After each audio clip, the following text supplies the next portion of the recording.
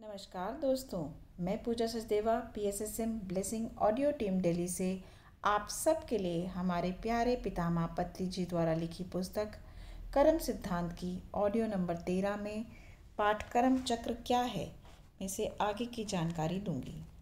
पिछली ऑडियो में हमने जाना कि कैसे आत्माएं कुशलतापूर्वक पूरी योजना तैयार करके भूलोक पर आती हैं और अपने कर्म ऋण को चुकता करती हैं और साथ ही नए कर्म करने से भी बच जाती हैं और कुछ निर्दोष होने के बावजूद भी कानून की सज़ा को खुशी खुशी स्वीकार कर लेती हैं। इस तरह वो धैर्य के साथ सज़ा को भोगते हुए वो आत्माएं अपनी वृद्धि करती हैं। अब आगे एक और तरीका है कि अगर वो निर्दोष हैं तो वो कानून का सहारा लेकर के अपना केस लड़ सकती हैं। नहीं तो अगर वह कोर्ट कचहरी के चक्कर में नहीं पड़ना चाहता तो उससे दूर रहकर और कोई गलत योजना ना बनाते हुए किसी और मार्ग को भी अपना सकता है। वे अपने आप को निर्दोष साबित करने के लिए सही तरीके अपना के भी अपने व्यक्तित्व में वृद्धि कर सकता है। उसको उस समय जो भी मानसिक तनाव या पीड़ा हो उसे उसको धैर्य के साथ सहन करना चाहिए, तभी वो अपने कर्मों को सुधार सकता है। इससे उसकी आत्मा की तरक्की भी होती है। कुछ आत्माएं दुर्घटना होने पर अपने आप सज़ा पा लेती हैं।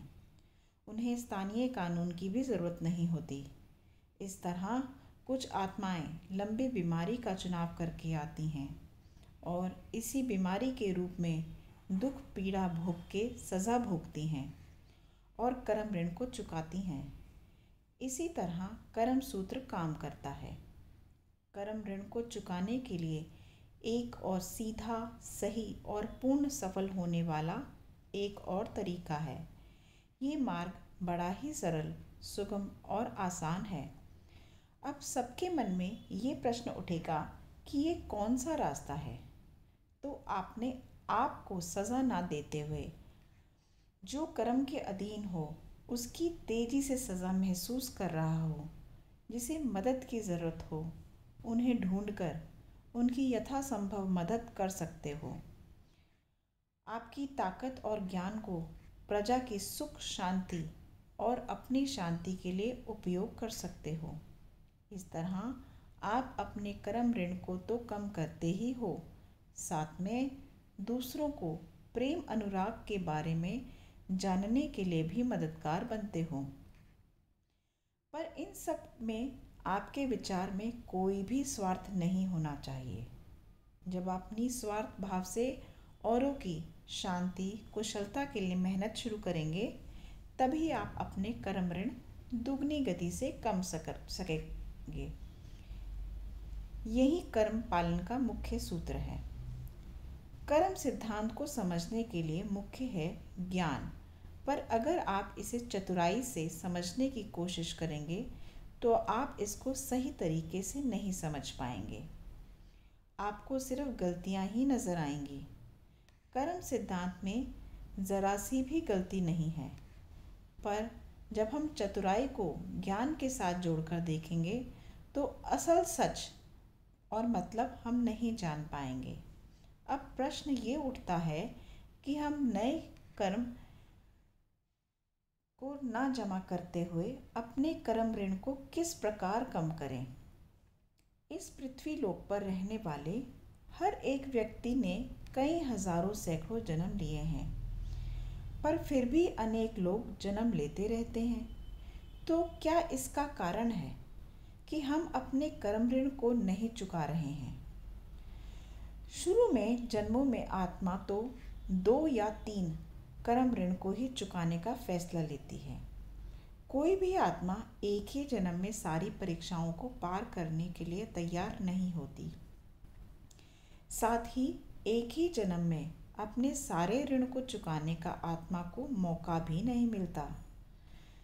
जब तक धरती पर वे आत्मा ज़्यादा से ज़्यादा ज्ञान इकट्ठा नहीं कर लेती, वो सारी परीक्षाओं का सामना करने का साहस नहीं जुटा पाती। इसलिए जीवन क्या है उसको समझने के लिए ज्ञान अत्यंत आवश्यक है। मृत्यु के बाद हमारे लिए क्या है? सूक्ष्म लोक में समय का सदुपयोग किस तरह करना चाहिए? ज्ञान क्या है? उसको किस तरह इकट्ठा करना चाहिए? पृथ्वी पे अपनी पूर्ण आत्मा से किस तरह मिल सकते हैं? इस तरह के बहुत से प्रश्नों के उत्तर हमें पृथ्वी लोक में सीखने और समझने होते हैं। अब आपको ये उत्सुकता हो सकती है कि पृथ्वी लोक में ही इन विषयों को जानने की और सीखने की क्या आवश्यकता है। सूक्ष्म लोकों में जाने पर तो अपने आप ही इन सवालों का उत्तर मिल जाएगा। अभी मैं इतनी मेहनत क्यों करूं? क्यों ये सब पृथ्वी पर ही सीखना है? दोस्तों, जब तक ये सारे विषय आप पृथ्वी पर सीखेंगे नहीं, आपको सूक्ष्म लोक के बारे में ज्ञान नहीं मिलेगा। सूक्ष्म लोक का ज़्यादातर हिस्सा स्वच्छंद क्षेत्र में आता है, इसलिए सही ज्ञान के बिना सूक्ष्म लोक पहुंचकर भी आप जिस तरह आप पृथ्वी लोक में रहते थे, वैसे ही वहाँ रहकर और अधिक सुखों का भोग करके अधिक इच्छाओं की पूर्ति में ही लगे रहोगे। अपनी आत्मा की उन्नति की जा सकती है, इसमें कोई भी महत्व नहीं दोगे, इसलिए पृथ्वी लोक में ही ज्ञान की खोज करके सूक्ष्म लोकों में तरक्की करनी चाहिए। आध्यात्मिक उन्नति के अनेक रास्ते हैं, इसमें कोई संशय नहीं, पर शिक्षण के लिए तैयार रहना अति आवश्यक है।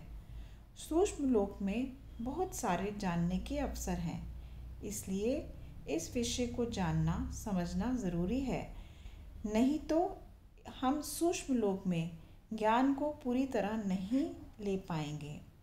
वे लोग हमारी पृथ्वी से थोड़ा ज़्यादा उन्नत और अधिक सुख और इच्छाओं से युक्त लोक ही होगा।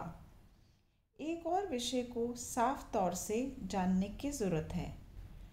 अनेक सूक्ष्म लोक हैं, पर हर लोक उसके नीचे वाले लोक से ज़्यादा उन्नति प्रगति को पाया हुआ है, इसलिए आप पृथ्वी लोक को छोड़ने के बाद किस लोक में जाएंगे, ये आपके पाए हुए ज्ञान विज्ञान पर भी निर्भर करेगा।